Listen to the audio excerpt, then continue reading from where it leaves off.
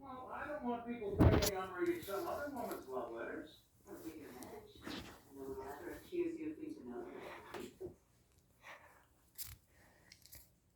Who's saying that?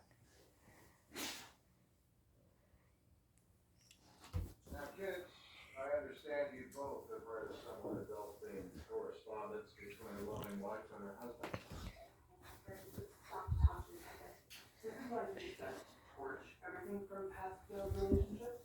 I'd hardly call this a failed relationship, David. We're still here, 35 years later. Hey, here you go.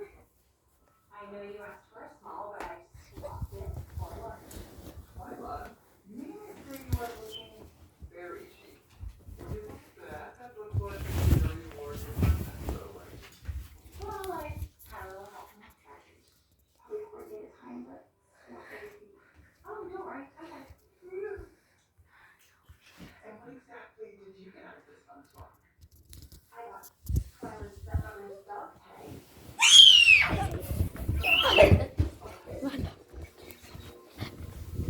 She okay? Yeah, she's just sleeping. Bruh. Bruh.